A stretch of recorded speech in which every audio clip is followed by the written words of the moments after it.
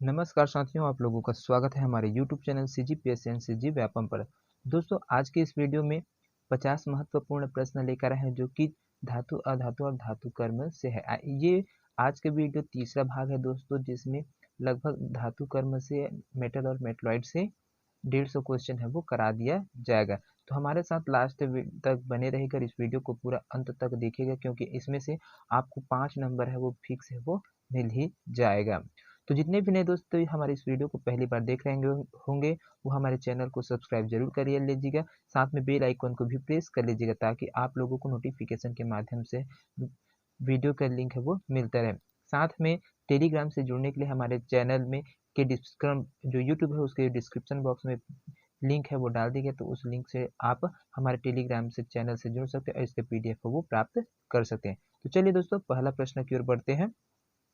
पहला प्रश्न है, जस्तेदार लोहे की चादरें जंग से बची रहती है क्योंकि उनमें निम्नलिखित की परत विद्यमान होती है।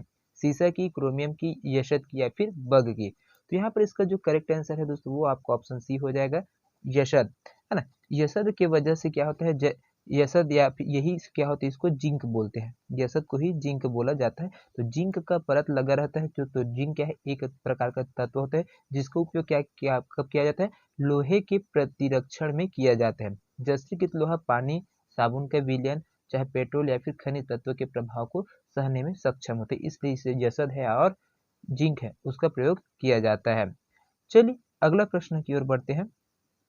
यहाँ पर अगला प्रश्न है, पानी का शुद्धतम रूप क्या है?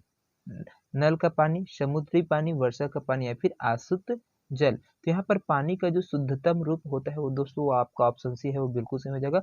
वर्षा का पानी है वो शुद्धतम रूप में होता है। यहाँ पर आसुत जल जो डिस्टिल्ड वाटर होता है उसको भी आप ले सकते हैं, लेकिन यहाँ पर अगर वर्षा का पानी दिया है तो इसमें आपको वर्षा के पानी को ही लिया जाएगा, क्योंकि इसका जो pH मान होता है वो बिल्कुल फिक्स 7 होता है, जो कि उदासीन प्रकृति का होता है। इस वजह से इसको शुद्ध माना जाता है वर्षा के पानी को। चलिए अगला प्रश्न की ओर बढ़ते हैं। अगला प्रश्न है आपका, गैल्वेनाइज्ड लोहे की पाइप पर परत होती है, जस्ते की, पारे की, लेड की या फिर क्रोमियम की। तो यहाँ पर जो गैल्वेनाइज्ड लोहा है दोस्तों, उसमें किसकी परत चढ़ाया जाता है? तो यहाँ पर आपका ऑप्शन ए बिल्कुल से हो जाएगा, जस्ता का। क्योंकि जो गैल्वेनाइज्ड लोहे के पाइप पर जो जिंक की परत है दोस्तों, वो चढ़ाया जाता है जिंक, या उसी को बोला जाता है जस्ता, है ना। और जिसे इस क्रिया को क्या बोलते हैं, गैल्वेनाइजेशन की क्रिया है वो, गैल्वेनीकरण की क्रिया है वो कहा जाता है। चलिए अगला प्रश्न की ओर बढ़ते हैं। अगला प्रश्न है आपका, अशुद्ध जल से बड़ी मात्रा में पेयजल तैयार किया जाता है, निर्वलीकरण द्वारा, आसवन द्वारा, आयन आदान प्रदान द्वारा या फिर निथार के द्वारा। तो यहाँ पर इसका जो करेक्ट आंसर है दोस्तों, वो हो जाएगा आपका निर्वलीकरण के द्वारा। जो अशुद्ध जल से बड़ी मात्रा में पेयजल है उसको तैयार किया जाता है। चलिए अगला प्रश्न की ओर है वो बढ़ते हैं। अगला प्रश्न है आपका, यहाँ पर निम्न में से कौन सा लौह धातु के क्षयकरण में आवश्यक है? तो यहाँ पर जो संक्षारण होता है दोस्तों, क्षयकरण होता है, तो उसमें क्या चीज आवश्यक? केवल ऑक्सीजन, ऑक्सीजन तथा नमी, केवल हाइड्रोजन तथा हाइड्रोजन तथा नमी। तो यहाँ पर देखिए दोस्तों, जो लौह धातु उसके क्षयकरण में क्या क्या आवश्यक है? एक तो आपको वायु होता है और दूसरा नम होता है ना। पानी और पानी हो, जैसा पानी के संपर्क और वायु के संपर्क में आएगा तभी जो लोहा है उसमें जो क्षयकरण की क्रिया है वो होती है, और जो लोहा है उसमें जंग लगना है वो शुरू हो जाता है। तो इसके लिए आपको ऑक्सीजन और नमी की आवश्यकता पड़ती है। चलिए अगला प्रश्न की ओर बढ़ते हैं। अगला प्रश्न है आपका, निम्नलिखित में से कौन सी गैस पीने के पानी को शुद्ध करने के लिए प्रयोग में लाई जाती है? हीलियम, क्लोरीन, फ्लोरीन या फिर कार्बन डाइऑक्साइड। तो यहाँ पर दोस्तों जो कौन सा गैस है जिसको पीने के पानी के रूप में, शुद्ध रूप में उसका प्रयोग है किया जाता है, तो वो हो जाएगा आपको ऑप्शन बी है बिल्कुल। जो क्लोरीन है उसको पानी को शुद्ध करने के लिए क्या कहते हैं, क्लोरीन है, क्लोरीनेशन से के थ्रू है वो किया जाता है और इसको फिल्टर किया जाता है जिससे वो शुद्ध हो जाता है। तो एक क्लोरीन गैस का उपयोग है वो यहाँ पर किया जाता है। चलिए अगला प्रश्न की ओर बढ़ते हैं। अगला प्रश्न है आपका, किसी धातु से बनाई मिश्र धातु को हवाई जहाज तथा रेल के डिब्बे में पुर्जों के कामों में लिया जाता है, वह है तांबा, लोहा, एल्यूमिनियम या फिर इनमें से कोई नहीं। तो यहाँ पर इसका जो करेक्ट आंसर है दोस्तों, वो आपको ऑप्शन सी है वो बिल्कुल सही हो जाएगा। जो एल्यूमिनियम है, एल्यूमिनियम धातु और तांबा तो लोहे की तुलना में क्या होता है, हल्का होता है, जिसकी वजह से इसको प्रयोगशाला में विशेषतः जो हवाई जहाज होते हैं और आपका जो रेल के डिब्बे के जो कल पुर्जे हैं उसमें बनाने में इसका उपयोग है वो उपयोग किया जाता है। साथ में इसका एक और फायदा होता है कि जो एल्यूमिनियम है उसमें जंग है वो नहीं लगता, जिसकी वजह से वो खराब जल्दी से नहीं होता है। चलिए अगला प्रश्न की ओर बढ़ते हैं।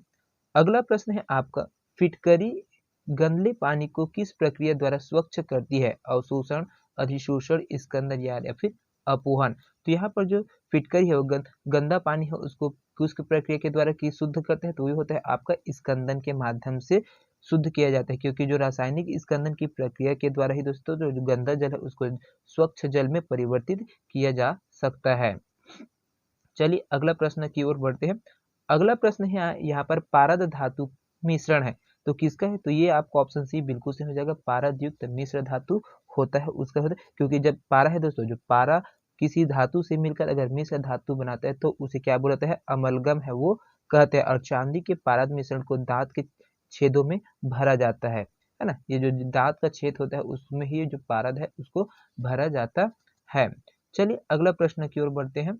अगला प्रश्न है आपका यहाँ पर, वनस्पति तेल से वनस्पति घी बनाने में प्रयुक्त होने वाली गैस है हाइड्रोजन, ऑक्सीजन, नाइट्रोजन या फिर कार्बन डाइऑक्साइड। तो यहाँ पर वनस्पति घी बनाने में हाइड्रोजन गैस है दोस्तों, उसका प्रयोग है वो किया जाता है, क्योंकि जो वनस्पति तेल से वनस्पति घी में हाइड्रोजनीकरण की प्रक्रिया है दोस्तों उसके द्वारा बनाया जाता है, जिसकी वजह से हाइड्रोजन को लिया जाता है। चलिए अगला प्रश्न की ओर बढ़ते हैं दोस्तों। अगला प्रश्न है यहाँ पर, निम्नलिखित धातु में से कौन सी एक अमलगम नहीं बनाती है? जस्ता, तांबा, मैग्नीशियम, लोहा।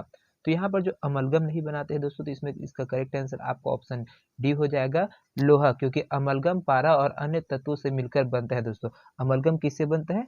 पारा से, और जो अन्य तत्व है और बहुत सारे है ना उससे मिलकर बनाया जाता है, जबकि लोहा पारे के साथ नहीं मिलता है और लोहे का अमलगम नहीं बनाया जा सकता है। चलिए अगला प्रश्न की ओर बढ़ते हैं। अगला प्रश्न है, कौन सी गैस नोबेल गैस कहलाती है? हाइड्रोजन, ऑक्सीजन, हीलियम या फिर कार्बन डाइऑक्साइड। तो यहाँ पर वर्ग 18 के जो तत्व है दोस्तों, हीलियम है ना, वो है आपका जो नोबेल गैस अक्रिय गैस के रूप में जाना जाता है। आवर्त सारणी के जो 18 समूह है उसमें जो 6 तत्व है, helium, neon, argon, krypton, xenon और रेडान, इन्हें उत्कृष्ट गैस बोला जाता है या फिर नोबेल गैस है वो बोला जाता है, या फिर निष्क्रिय गैस भी बोला जाता है। चलिए अगला प्रश्न की ओर बढ़ते हैं।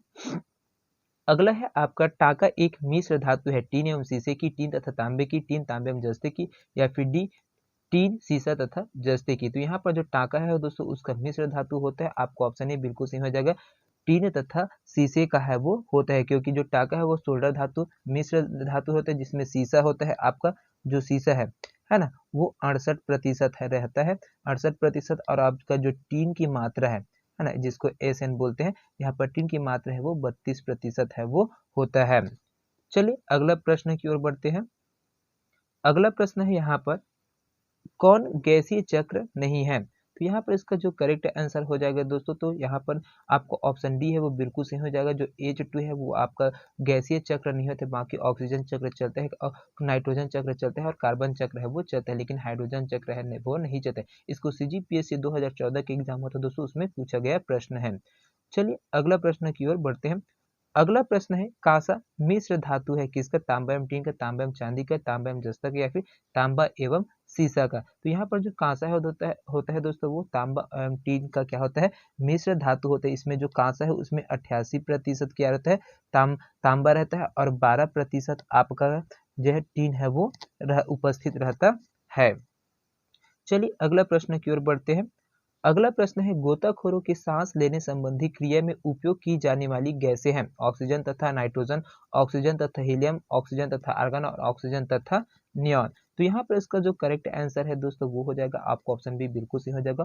ऑक्सीजन तथा हीलियम है उनको क्या कहते हैं? जो गोताखोर है उनके द्वारा गहरे समुद्र में जाने पर वायु के स्थान में सांस लेने की क्रिया प्रयोग किया जाता है, क्योंकि जो अधिक दाब पर दोस्तों हीलियम रक्त में कम विलीन होता है। जैसे अगर दाब है वो बढ़ता है तो जो हीलियम है वो आपका जो ब्लड होता है उसमें कम विलय होता है, इसकी वजह से इसका ऑक्सीजन और हीलियम का प्रयोग है वो किया जाता है।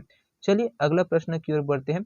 अगला प्रश्न दिया है यहाँ पर, सूची 1 को सूची 2 से सुमेलित कीजिए और नीचे दिए गए कूट के हिसाब से प्रयोग में उत्तर सही उत्तर है उसको निकालें। तो सूची 1 दी है, सूची 2 दी है, तो इसमें आपको इसको मेल करके देखना है। तो यहाँ पर देख सकते हैं, आपको मिला सकते हैं। तो देखिए यहाँ से आपका जो जर्मन सिल्वर है दोस्तों, जर्मन सिल्वर है वो निकिल का बना रहता है, निकिल से मिलकर है वो बना रहता है। आपका सोल्जर है दोस्तों वो टीन से है उससे है। और ब्लीचिंग पाउडर है आपका यहाँ पर क्लोरीन से हो रहता है, और हाइपो है वो सोडियम से है वो कर रहता है। चलिए अगला प्रश्न की ओर बढ़ते हैं। अगला प्रश्न है यहाँ पर, निम्नलिखित में से कौन सा जोड़ा तांबे के मिश्र धातुओं का है? पीतल एवं इनवॉर, कांस्य एवं नाइक्रोम, पीतल कांसा उपयुक्त में से कोई नहीं। तो यहाँ पर इसका जो करेक्ट आंसर है दोस्तों वो आपका ऑप्शन सी हो जाएगा। जो तांबे के मिश्र धातुओं के है तो उसमें पीतल और कांसा है वो मिलकर बना रहता है, क्योंकि आपका यहाँ पर जो तांबा तत्व है दोस्तों मुक्त एवं संयुक्त दोनों अवस्थाओं में प्राप्त किया जा सकता है, जिसकी वजह से संयुक्त अवस्था में अयस्कों के रूप में भी पाया जाता है। चलिए अगला प्रश्न की ओर बढ़ते हैं। यहाँ पर अगला प्रश्न है आपका, निम्नलिखित में किसमें कार्बन नहीं है? हीरा, ग्रेफाइट, कोयला उपयुक्त में से कोई नहीं। तो इसका जो करेक्ट आंसर है दोस्तों वो हो जाएगा आपका ऑप्शन डी, बिल्कुल सही हो जाएगा, क्योंकि हीरा, कोयला और ग्रेफाइट ये तीनों कार्बन के है वो क्या होते हैं? अपर रूप है वो होते हैं, और सबसे कठोर तत्व है वो दोस्तों हीरा होता है। चलिए अगला प्रश्न की ओर बढ़ते हैं। अगला प्रश्न है यहाँ पर, निम्नलिखित की उपस्थिति के कारण पीतल का रंग हवा में फीका पड़ जाता है? Oxygen, hydrogen sulphide, carbon dioxide या फिर नाइट्रोजन। तो यहाँ पर दोस्तों आपको ऑप्शन बी है वो बिल्कुल सही हो जाएगा। हाइड्रोजन सल्फाइड की उपस्थिति के कारण है दोस्तों जो पीतल का जो रंग है वो क्या हो जाता है? आपका फीका पड़ जाता है, क्योंकि हवा में हाइड्रोजन सल्फाइड की उपस्थिति से दोस्तों फीका पड़ने का कारण ही है रहता है हाइड्रोजन सल्फाइड का उपस्थित होना। चलिए अगला प्रश्न की ओर बढ़ते हैं। यहाँ पर अगला प्रश्न है आपका, ताम्र संदूषण से बचने के लिए पीतल के बर्तनों पर सामान्यतः किस धातु की परत है वो चढ़ाई जाती है? रांगे की, जस्ते की, एल्यूमिनियम की या फिर शीशे की। तो यहाँ पर जो ताम्र संदूषण है उससे बचने के लिए दोस्तों आपका जो ऑप्शन ए है बिल्कुल सही हो जाएगा, रांगे या फिर टीन की किया जाता है ना। इसका उपयोग है वो परत है उसको चढ़ाई है वो किया जाता है। चलिए अगला प्रश्न की ओर बढ़ते हैं। यहाँ पर आपका पेंसिल का जो लेड है वो क्या है? ग्रेफाइट का होता है, चारकोल का होता है, लैंप ब्लैक होता है, फिर कोयला होता है। तो यहाँ पर जो पेंसिल का रॉड लगा रहता है दोस्तों बीच में, तो वो है आपका ग्रेफाइट का है वो रहता है, क्योंकि आपका जो ग्रेफाइट है दोस्तों उसमें ग्रेफाइट और हीरा दोनों ही कार्बन के क्या होते हैं? अपर रूप होते हैं। यहाँ पर भी तो देखिए ये चीज है वो आप कर सकते हैं। साथ में हीरा सबसे कठोर तत्व होता है, इसको भी ध्यान में रखिएगा। और जबकि लोहा ग्रेफाइट से थोड़ा मुलायम रहता है, जो हीरा से मुलायम रहता है ग्रेफाइट है ना, ग्रेफाइट है हीरे से मुलायम में रहता है, और ग्रेफाइट का उपयोग पेंसिल के लिए बनाने में इसका उपयोग है वो किया जाता है। तो ये चीज भी ध्यान में रखिएगा, बहुत ही महत्वपूर्ण प्रश्न है।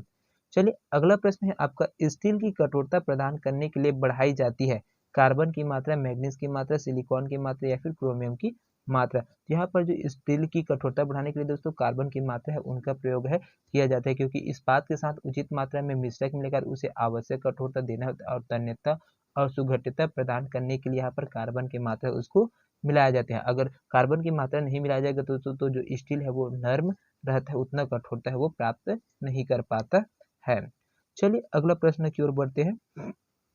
अगला प्रश्न है आपका, कार्बन की मात्रा अधिकतम होती है ढलवा लोहे में, पीटवा लोहा में, स्टील में या फिर मिश्र धातु में? तो यहाँ पर जो कार्बन की सबसे ज्यादा मात्रा होती है दोस्तों वो ढलवा लोहा में है वो होता है। ढलवा लोहा जो पिग आयरन में कार्बन की जो मात्रा है वो 3.5 से 4.5% है यहाँ पर होती है। 3.5 से 4.5% तक ढलवा लोहा में कार्बन की मात्रा है वो रहता है।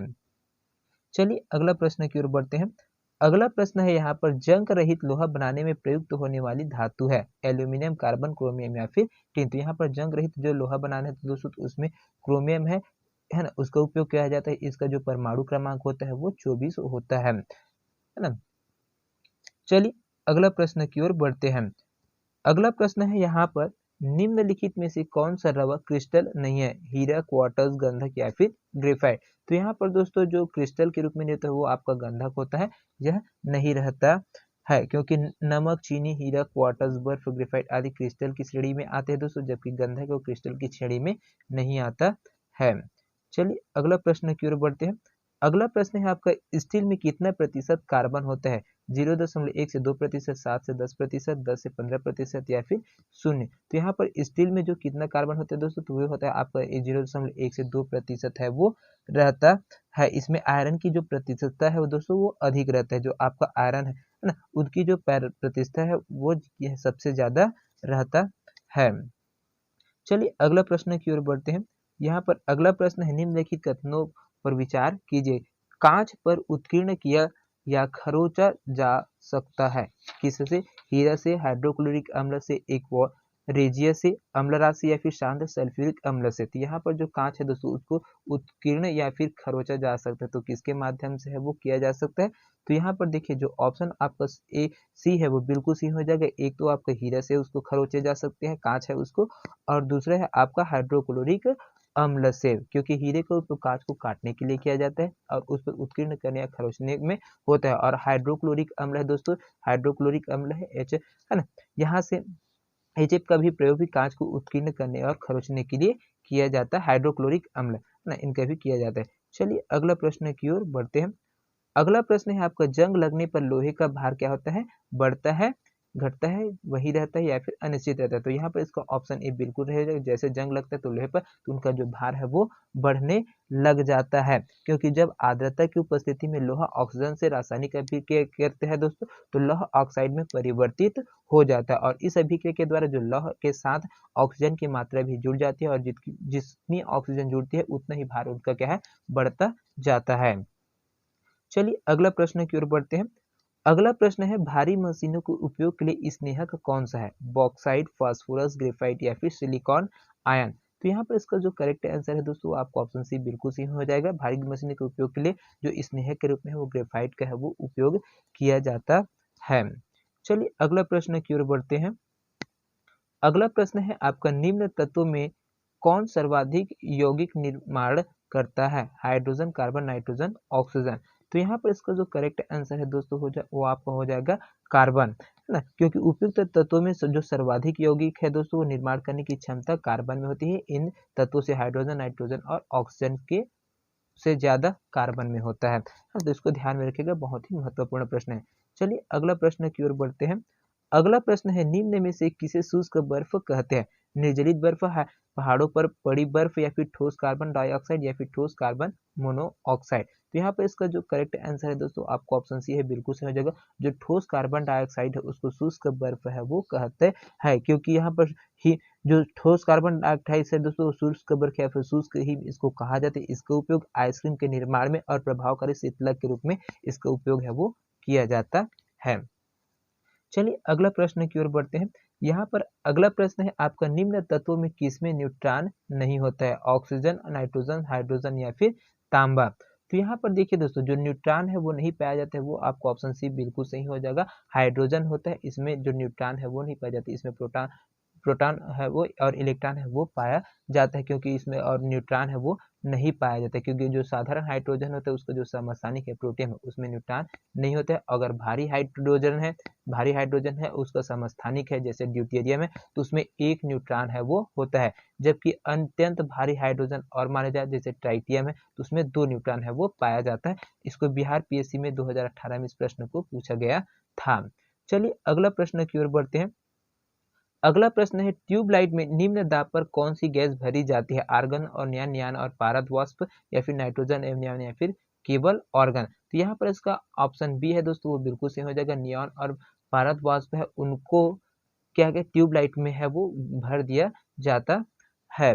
चलिए अगला प्रश्न की ओर बढ़ते हैं। अगला प्रश्न है आपका यहाँ पर, हाइड्रोजन को जलाने में क्या बनेगा? ऑक्सीजन, राख, मिट्टी या फिर पानी? तो हाइड्रोजन को जलाते हैं तो दोस्तों उससे आपका पानी का है उसका निर्माण है हो जाता है, क्योंकि यहाँ पर जो हवा की उपस्थिति में हाइड्रोजन को जलाया जाएगा तो वह ऑक्सीजन के साथ प्रतिक्रिया कर जल का है वो क्या कर लेता है, निर्माण कर लेता है। चलिए अगला प्रश्न की ओर बढ़ते हैं।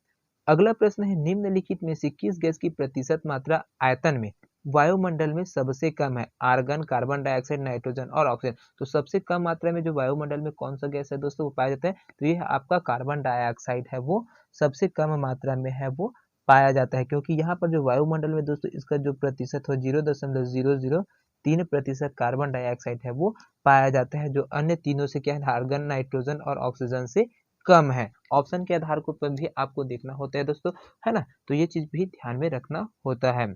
चलिए अगला प्रश्न की ओर बढ़ते हैं। अगला प्रश्न है आपका, निम्नलिखित में से कौन सा हास्य गैस लॉफिंग गैस के रूप में प्रयुक्त होता है? तो यहाँ पर इसका करेक्ट आंसर हो जाएगा दोस्तों आपका ऑप्शन है नाइट्रस ऑक्साइड, क्योंकि यहाँ पर नाइट्रस ऑक्साइड है दोस्तों N2, वो इसका जो रासायनिक सूत्र है वो होता है, इसको हास्य गैस के रूप में उपयोग है वो किया जाता है। चलिए अगला प्रश्न की ओर बढ़ते हैं। अगला प्रश्न है आपका, जल में आसानी से घुलनशील क्या है? तो ये आपका ऑप्शन सी बिल्कुल सही हो जाएगा, अमोनिया है दोस्तों। वो क्या होता है आपका, जल में घुलनशील होता है बाकी अन्य चीजों से। चलिए अगला प्रश्न की ओर बढ़ते हैं। अगला प्रश्न है, निम्नलिखित में से किस एक को स्ट्रेंजर गैस भी कहते हैं? आर्गन, नियॉन, जीनॉन या फिर नाइट्रस ऑक्साइड। तो स्ट्रेंजर गैस के रूप में किसे जाना जाता है दोस्तों? तो आपको ऑप्शन सी बिल्कुल सही हो जाएगा, जीनॉन है उसको स्ट्रेंजर गैस के रूप में जाना जाता है, क्योंकि हवा से ये भारी होता है जीनॉन, है ना। जीनॉन है एक्स, इसका जो परमाणु संकेत है वो होता है, और इसी को स्ट्रेंजर गैस के रूप में जाना जाता है क्योंकि यह हवा से भारी होता है ना। चलिए अगला प्रश्न की ओर बढ़ते हैं। यहाँ पर अगला प्रश्न है, डॉक्टरों द्वारा एनेस्थीसिया के रूप में प्रयोग होने वाली हास्य गैस लॉगिंग गैस है? तो ये आपको ऑप्शन सी बिल्कुल सही हो जाएगा, नाइट्रस ऑक्साइड। चलिए अगला प्रश्न की ओर बढ़ते हैं। अगला प्रश्न है आपका, यहाँ पर नाइट्रोजन मुक्ति से होता है, तो नाइट्रोजन की मुक्ति से क्या होता है दोस्तों? तो आपका स्थल मंडल एवं वायुमंडल नाइट्रोजन की मात्रा अप्रभावित रहता है। चलिए अगला प्रश्न की ओर बढ़ते हैं। अगला प्रश्न है आपका, यहाँ पर निम्न गैस अश्रु गैस की तरह काम में लेते हैं? H2, SO2, NH3 या फिर Cl2। तो यहाँ पर अश्रु गैस के रूप में किसका उपयोग है वो किया जाता है दोस्तों? तो आपको ऑप्शन डी बिल्कुल सही हो जाएगा, जो क्लोरीन है उनका अश्रु गैस के रूप में उपयोग है वो किया जाता है, किया जाता है। चलिए अगला प्रश्न की ओर बढ़ते हैं। अगला प्रश्न है यहाँ पर, वायुयानों के टायरों में भरने में निम्न गैस का प्रयोग है वो किया जाता है? हाइड्रोजन, नाइट्रोजन, हीलियम या फिर नियॉन। तो यहाँ पर इसका जो करेक्ट आंसर है वो हो जाएगा दोस्तों आपको ऑप्शन बी बिल्कुल सही हो जाएगा। यहाँ पर जो वायुयान का जो टायर है उसमें नाइट्रोजन गैस है उसका प्रयोग है वो किया जाता है, क्योंकि वायुयान के टायरों में भरने के लिए जो नाइट्रोजन गैस है उनका ही प्रयोग करना होता है, यह हल्का होता है, अन्य गैसों से थोड़ा हल्का होता है। चलिए अगला प्रश्न की ओर बढ़ते हैं। अगला प्रश्न है, वह हैलोजन जिसका उपयोग पीड़ाहारी की तरह किया जाता है वो क्या है? क्लोरीन, ब्रोमीन, आयोडीन या फिर फ्लोरीन। तो यहाँ पर पीड़ाहारी के दर्दनाशक के रूप में किसका उपयोग किया जाता है दोस्तों? तो यहाँ पर आपको ऑप्शन बी है वो बिल्कुल सही हो जाएगा, ब्रोमीन, जिसका संकेत होता है Br, क्योंकि ब्रोमीन धातु है दोस्तों, इसका पीड़ाहारी के रूप में किया जाता है, दर्द निवारक के रूप में इसका उपयोग है वो कर सकते हैं। अगला है अश्रु गैस है, अमोनिया, क्लोरीन, हाइड्रोजन या फिर हाइड्रोजन सल्फाइड। तो यहाँ पर अश्रु गैस के रूप में दोस्तों आपका जो क्लोरीन है उसका उपयोग है वो किया जाता है। यहाँ पर अश्रु गैस के रूप में क्लोरीन है उसका उपयोग है वो किया जाता है। कभी कभी दोस्तों यहाँ पर जो अनियंत्रित पीड़ा होता है ना, अनियंत्रित पीड़ा होता है मानव तितर बितर करने के लिए, तो इसका उपयोग है वो किया जाता है। इसका मानव नेत्र के संपर्क में आने से क्या होता है, आंखों में जलन होने लगती है और अश्रु आंसू है वो टपकने लग जाता है। चलिए अगला प्रश्न की ओर बढ़ते हैं। यहाँ पर अगला प्रश्न है, निम्नलिखित में से किसे भविष्य की धातु कहा जाता है? तांबा, लोहा, टाइटेनियम या फिर एल्यूमिनियम को। तो यहाँ पर भविष्य की धातु के रूप में किसे जाना जाता है? तो दोस्तों यहाँ पर आपका ऑप्शन सी बिल्कुल सही हो जाएगा, टाइटेनियम। टाइटेनियम को भविष्य की धातु कहा जाता है, जो स्टील से कई गुना हल्की और कई गुना मजबूत होता है। स्टील से, जो स्टील होता है उससे भी हल्का होता है और बहुत ही ज्यादा मजबूत है वो होता है ना। इसकी वजह से यहाँ पर टाइटेनियम है वो जाना जाता है। तो यहाँ पर देखिए दोस्तों, अगला प्रश्न है, सूची 1 को सूची 2 से सुमेलित करना है। तो सूची 1 में मिश्र धातु स्टूल दिया है और अब सूची 2 में उनका गुण है वो दिया है, तो इसको ही सुमेलित करना है। तो यहाँ पर चलिए यहाँ पर ला लेते हैं और सुमेलित करने का प्रयास करते हैं कि क्या है। तो यहाँ पर देखिए दोस्तों, जो इनवार है वो आपका ऑप्शन 5वां में आ जाएगा, अत्यधिक निम्न प्रसार गुणांक होता है। उसके बाद क्रोम वेनेडियम स्टील है, उनकी जो उच्च तन्यता शक्ति इसमें है वो निहित होती है। एलिको है ना, एलिको है उनका उच्च चुंबकीय क्षमता है वो पाया जाता है। मैग्नीज स्टील है, मैग्नीज स्टील है वो कठोर एवं मजबूत होता है। और आपका स्टेनलेस स्टील है संक्षारण अवरोधक होता है। चलिए अगला प्रश्न की ओर बढ़ते हैं। अगला प्रश्न है आपका, यहाँ पर सोल्डर पदार्थ में होता है आयरन एवं टीन, लेड एवं टीन, लेड एवं एल्यूमिनियम, फिर टीन एवं आयरन। तो यहाँ पर इसका जो करेक्ट आंसर है दोस्तों वो हो जाएगा आपको ऑप्शन बी, जो सोल्डर पदार्थ है उसमें लेड और टीन की मात्रा है वो रहता है। इसको सीजी व्यापम के द्वारा 2021 में पूछा गया प्रश्न है। चलिए अगला प्रश्न की ओर बढ़ते हैं। यहाँ पर अगला प्रश्न है, निम्न के मध्य कौन सा सुमेलित नहीं है? अम्लीय रिफ्रेक्टरी पदार्थ क्वार्टज, क्षारीय रिफ्रेक्टरी पदार्थ हड्डी की राख, परावर्ती भट्टी टिन स्टोन का प्रगलन, मिल्लेराइट कॉपर का अयस्क और जर्मन सिल्वर सिल्वर का धातु संकर। तो यहाँ पर जो सुमेलित नहीं है दोस्तों वो इस क्या हो जाएगा, तो आपका अम्लीय पदार्थ है वो क्वार्टज है दिया हुआ, यह सुमेलित नहीं है, तो आपका है ना ये हो जाएगा। उसके बाद आपका देखिए यहाँ पर जो मिल्लेराइट है वो कॉपर का अयस्क दिया हुआ है, तो ये भी सुमेलित नहीं है, और जर्मन सिल्वर दिया हुआ है सिल्वर का धातु संकर, तो ये भी सुमेलित नहीं है, तो आपका ऑप्शन ए है वो बिल्कुल सही हो जाएगा। चलिए आज के सेशन का अंतिम प्रश्न की ओर बढ़ते हैं। अंतिम प्रश्न है आपका 50वां नंबर का प्रश्न है, निम्न के मध्य कौन सुमेलित है? तो यहाँ पर देखिए सिल्वर विद्युत का उत्तम चालक दिया है, ध्वनि तरंग दिया है, ध्रुवण प्रदर्शित करता है, मानव शरीर का प्रतिरोध 10⁻6 ओम, और टीवी रिमोट है सूक्ष्म तरंग, वनस्पति द्वारा प्रबलता से नीले एवं लाल प्रकाश, अवशोषित विकिरण के हमें रूप में। तो यहाँ पर जो सुमेलित है दोस्तों तो वो क्या चीज आ जाएगा, तो यहाँ पर जो इसका सही आंसर है दोस्तों वो हो जाएगा आपका बी है, ध्वनि तरंग है वो ध्रुवण प्रदर्शित करता है, और आपका जो टीवी रिमोट है वो सूक्ष्म तरंग है वो उसको लेता है। तो इस प्रकार से देखिए आपका ऑप्शन बी है वो बिल्कुल सही हो जाएगा। यहाँ पर ऑप्शन बी है वो देख सकते हैं, बी एवं डी है वो सही। तो दोस्तों ये 50 प्रश्न आप लोगों को कैसे लगा कमेंट करके जरूर बताइएगा। वीडियो पसंद आया होगा तो ज़्यादा से ज़्यादा लोगों तक वो शेयर करिएगा, और जितने भी नए दोस्त पहली बार इस वीडियो को देख लेंगे तो हमारे इस चैनल को सब्सक्राइब जरूर करिएगा। तो मिलते हैं दोस्तों अगले वीडियो में, तब तक के लिए अलविदा। जय हिंद, जय Chhattisgarh. Thank you so much दोस्तों।